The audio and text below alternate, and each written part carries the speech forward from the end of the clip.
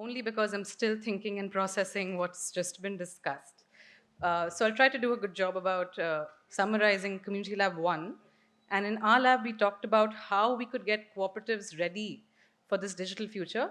And perhaps a bit of the conversation was also about this idea of scale, which I know some of us are a bit disgruntled by, but we did try and approach it. And to be fair, we've been talking about these ideas over the 2 days and not just at the community lab. And what we focused on in the lab was what do cooperatives really need in this transition and how do we fulfill these needs, but equitably and sustainably. And this included questioning the legal and institutional policy realm that cooperatives seek to benefit from and imagining solutions within these realms. So to begin with, we identified as a group 5 larger problem areas, and I'll summarize these. The first was, of course, as we get ready for this digital future, there are challenges in access, and we do know this.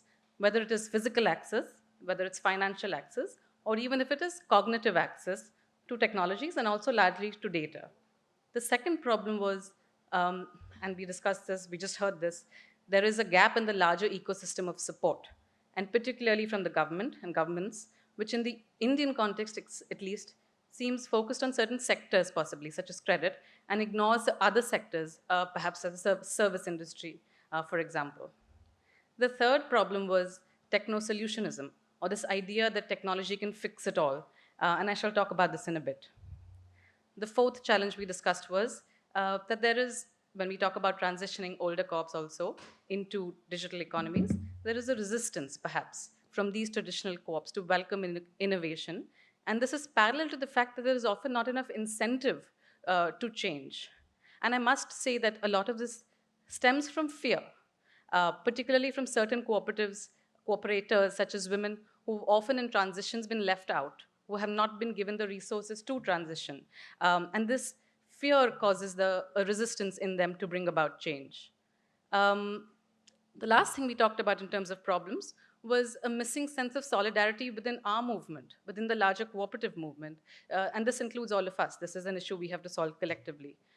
And it goes without saying that different groups of people experience these challenges differently. And one must, absolutely must, apply an intersectional lens when we're trying to solve for these issues. So now that we have these issues, that we have this bucket of issues, how do we get from here to a digital future which really responds to our needs and is just and is sustainable? And it really comes down to this. Cooperatives are about people, and all people, as Thomas Isaac Sir reminded us. And they're not just about technology, and they're not just about driving for large profits or scale, and they're really not about efficiency. They are about the value they bring to the people. So when members and communities are telling us, whether they're telling us directly or they're telling us indirectly, that technology isn't the solution, then we must not fall into this trap of techno-solutionism. Technology solutions are most useful when they're driven by needs, and they really don't have to be complicated solutions. Again, the example of the 6 farmers coming together in the WhatsApp group is a very simple technology solution. It is a very valid technology solution. If a WhatsApp group works, then we must allow that to grow without pushing people into adopting tech that they cannot afford, that they don't see value in, and they will not use. One useful way to also start including technology is adopting perhaps a layered approach and working on building on smaller successes such as these, visibilizing these successes, and this is what we've been doing together in the past 2 days. My final point is that, yes, the ecosystem needs to change, and while, and Sabina also says this, the political machine, the policy machinery takes very long to push, to reform, cooperatives then must find ways and leverage on smaller, maybe channels of solidarity within our larger movement. And maybe this is through multi-stakeholder cooperatives, maybe this is through something else.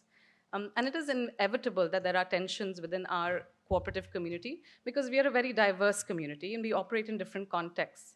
And so one must expect and maybe even embrace these tensions and then find ways to leverage on champions within the community, build on these, and find maybe healthy and kind ways to do this. And I'll stop there. Thank you. Good afternoon, everyone. I'm reporting back from the second community lab.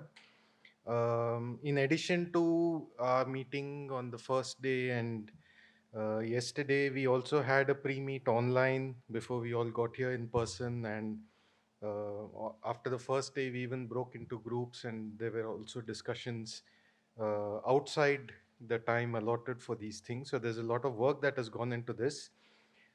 Very broadly, if I have to say, the two issues that were deliberated on are: first is how should cooperatives digitalize in a way that retains the spirit of cooperativism? So, what are the principles against which any cooperative that wants to digitalize can check any digital solution to see if it is compatible with cooperative principles or not? So we understand if digitalization is enabling or undermining cooperativism. And the second thing we discussed a little bit, not too much, is how the ecosystem, external ecosystem also affects digitalization in cooperatives.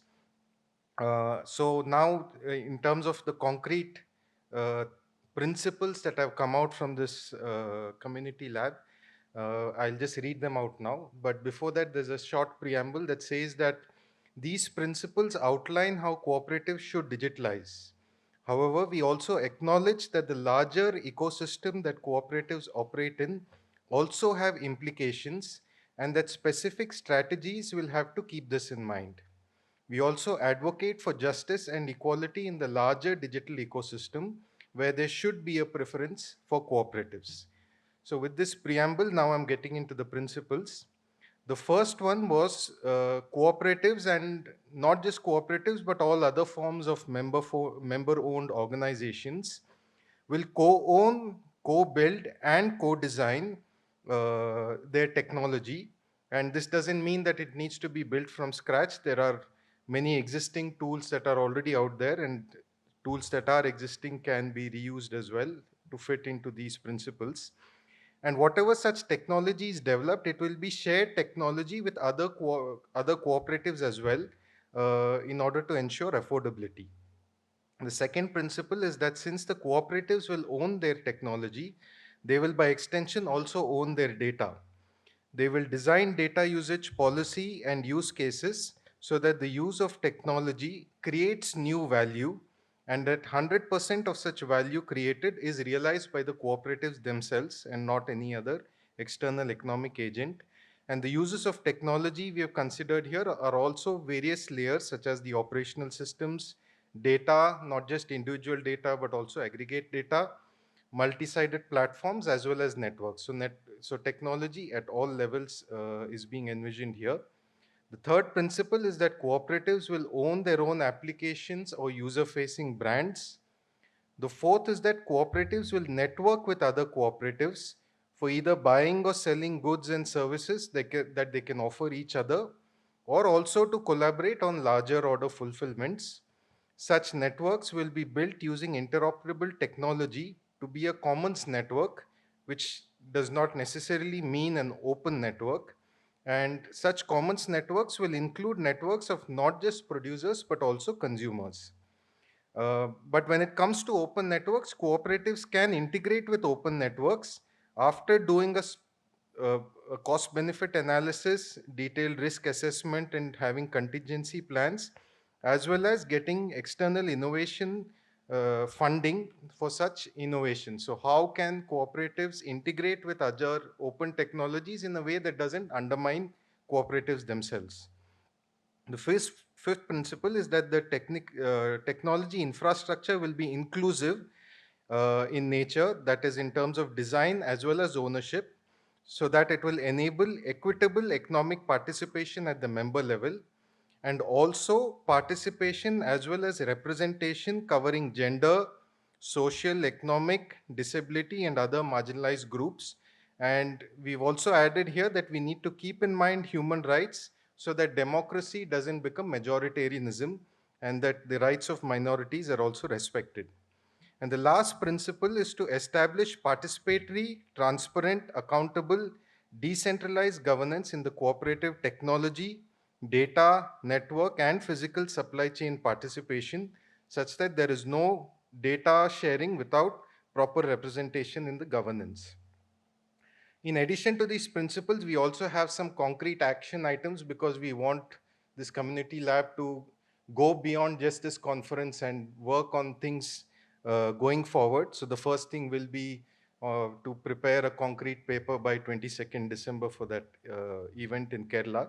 But even beyond that, what we plan to do, at least to begin with the action items that we have, the first is that there should be a concentrated effort in educating cooperatives regarding the ways technology and platforms can help them to help fire their imaginations. So for this, maybe you can think about setting up a cooperative platform academy. The second potential action item is that cooperatives will, with the aid of volunteer platform technology experts, document their digital strategy, their technology needs, and also an implementation plan. And a consolidated technology platform roadmap will be created out of the individual outputs that will come from all the cooperatives. And the third is for discovery, definition, and implementation of these technologies. This group has resolved to mobilize resources to, one, build a cadre of such technology volunteers, make a list of existing tools that cooperatives can use, make existing technology assets interoperable and to upgrade them, to author and upgrade licenses governing cooperative technology. And this license will also be co-created with cooperatives and embody cooperative values. And lastly is to roll out and support all such initiatives. So this is what has come out of this community lab.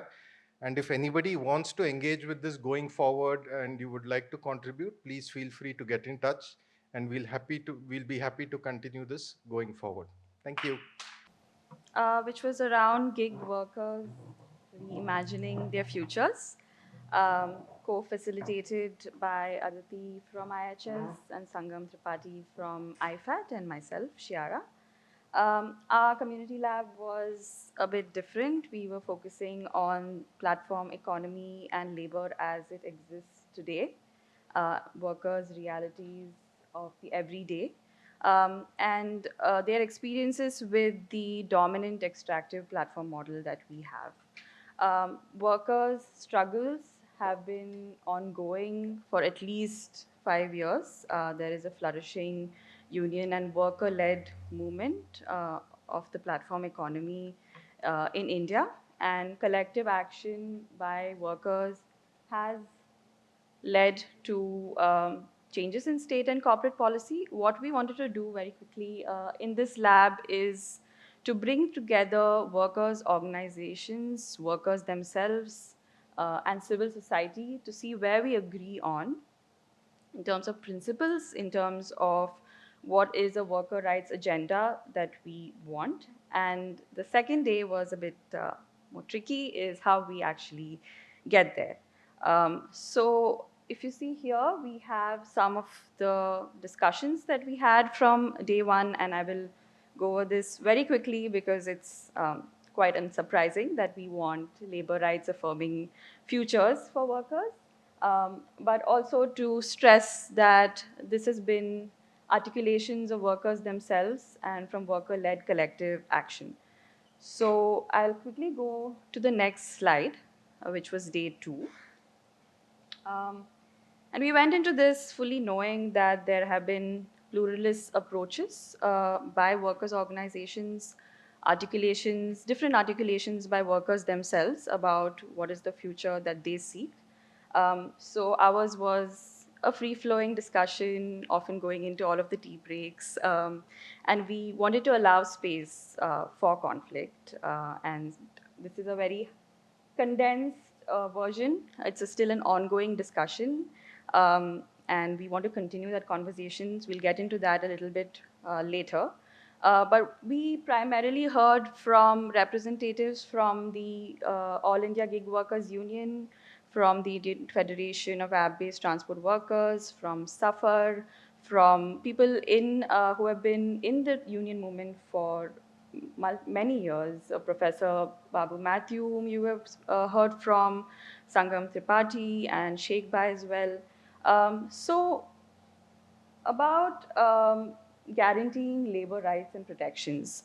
I think one thing that came out is that there are inherently pluralist approaches to leveraging law and legislation for ensuring gig workers' rights. But what we eventually came to is also to look at and delve deeper into India's already diverse labor histories and typologies of law and see how we can leverage that in a strategic manner to include gig workers under their purview. We already have seen some examples through the Rajasthan Gig and Platform Workers Act that you've heard about, and also the draft legislation in Karnataka. And from here, we want to talk about how we can build on that. As for wages, that was an important point of discussion that came across. And one step is working towards comprehensive, inclusive, and intersectional, and bottom up, that is, worker led determinations of what minimum wages, fair wages, living wages for gig workers mean. And as you can see the long list there are multiple considerations to make here about algorithms, about different sectors in the platform economy itself, about the entire macroeconomic employment context that we have, and also that the fact that a lot of big tech platforms are transnational actors. We also went a little bit into the imagination of what wages look as for gig workers, and also what articulations of workers themselves are about what is stable and secure employment. That does that necessarily have to do with an employee-employee relationship? Do they look at themselves as wage workers, self-employed workers? And that, again, depends so much on the sectors that they're working in, on the identities and different marginalities that they themselves come with and work on platforms. A third point, which there was a lot of discussion on and will continue to be, is advocating for data rights and justice as a central aspect around realizing gig workers' rights. And we wanted to get into the specifics of how we collectively explore mechanisms of evidence building of everyday algorithmic exploitation. Perhaps that is from worker produced data itself, looking at accountability mechanisms, and also looking at enforcement and seeing how we can bring algorithmic data rights under, again, the purview of existing laws. And finally, with all the policy developments that we're working towards and seeing, there was also agreement that consolidating worker resistance and the platform labor movement itself is very important, and also institutionalizing the freedom of association and collective bargaining within law. So as you can see, this is more about questions, there's more about tensions, and there is work ahead where we want to continue this conversation, have a collaborative agenda on how to operationalize the rights that we want. And I'll let Sonakshi answer that difficult question. Thanks, Chiara. I mean, not so much answering the question, but just making another request from Community Lab 3. Next slide, please. So during all of this detailed and very rich discussion and all the tensions also that came up, we definitely observed a strong interest in all the Community Lab 3 participants to continue this conversation and also keep learning from each other. We were also fortunate to have, of course, people from various countries here, and there were quite a few common points found, of course, between the gig workers and workers' struggles in those countries. The issue of making data available to the workers as well as information about what other third parties have access to these gig workers' data also came up. And so in that context, to hear from Dr. Isaac about how the state needs to make these platforms accountable was very encouraging. We just invite all the CL3 participants who were with us for these 2 days to please continue this discussion with us. And if you're interested in engaging with some of the points that came up, such as the draft laws that we want to share with you all for feedback, and also upcoming research reports that are getting finalized now that were also discussed, please write to us at the conference email ID, and we would be very happy to include you in this discussion going forward. Thank you.